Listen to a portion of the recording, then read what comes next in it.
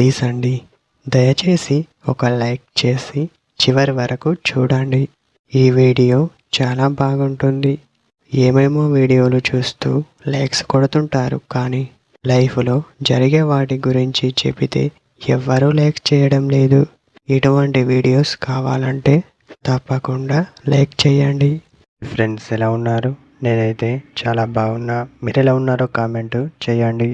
ఒక అమ్మాయి మీతో అలా అవ్వడానికి మీకు ఈ మూడు చూపిస్తుంది. అదేమిటి అని అనుకుంటున్నారా?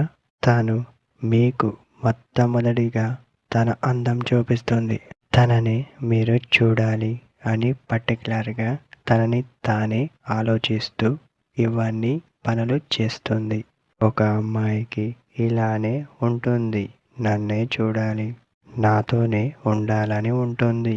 రెండవది చూస్తే మీ అందాన్ని పొగుడుతూ ఉంటుంది.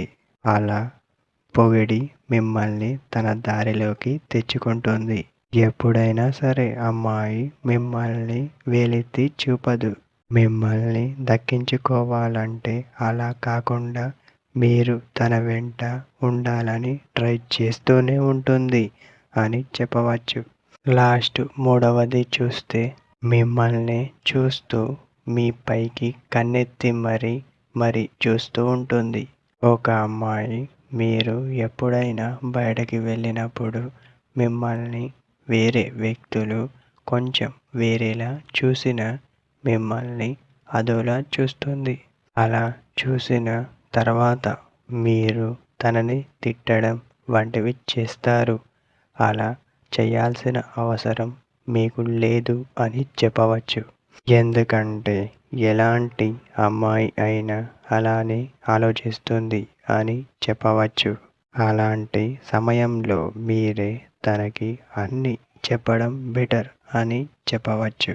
ఎలాంటి పరిస్థితిలోనూ మిమ్మల్ని నేను వదలను అని చెప్పడం మరి మంచిది అని చెప్పవచ్చు. ఎప్పుడైనా ఎదుటివారు చెప్పకముందే మీరే తెలుసుకోవడం ముఖ్యంగా భావించవచ్చు అని చెప్పవచ్చు. ఎప్పుడైనా మనం ఏది మనకు కావలసిన వాళ్లకు తెలిస్తే సరిపోతుంది. అందరికీ చెప్పాల్సిన అవసరం లేదు అని చెప్పవచ్చు. ఎలాంటి అమ్మాయి అయినా మన గురించి ఆలోచిస్తుంది అనుకోకూడదు. కొంతమంది అమ్మాయిలు వేరేలా ఆలోచిస్తారు, మరికొంతమంది వేరేలా ఆలోచిస్తారు అని చెప్పవచ్చు.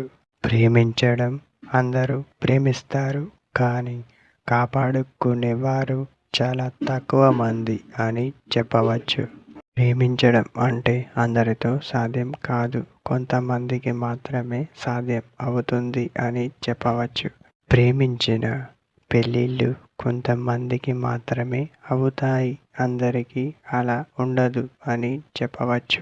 ఎట్టి పరిస్థితులు సక్రమంగా ఉండాలి, అప్పుడే ఎలాంటి సమస్య రాదు అని చెప్పవచ్చు.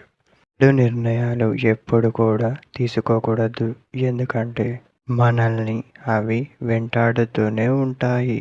అలా ఎందుకు అంటే ఒక్కోసారి చెడు ఆలోచన వస్తే అదే దారిలోకి తీసుకెళుతుంది అని చెప్పవచ్చు.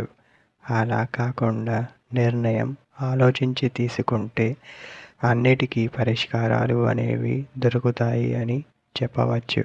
ఎప్పుడైనా మిమ్మల్ని తక్కువగా చేసి చూసిందా? ముందు మీరు అది తెలుసుకోవాలి. ఆ తర్వాత కొత్త నమ్మకాలు, ప్రేమలు వాటంతటా అదే వస్తూ ఉంటాయి అని చెప్పవచ్చు.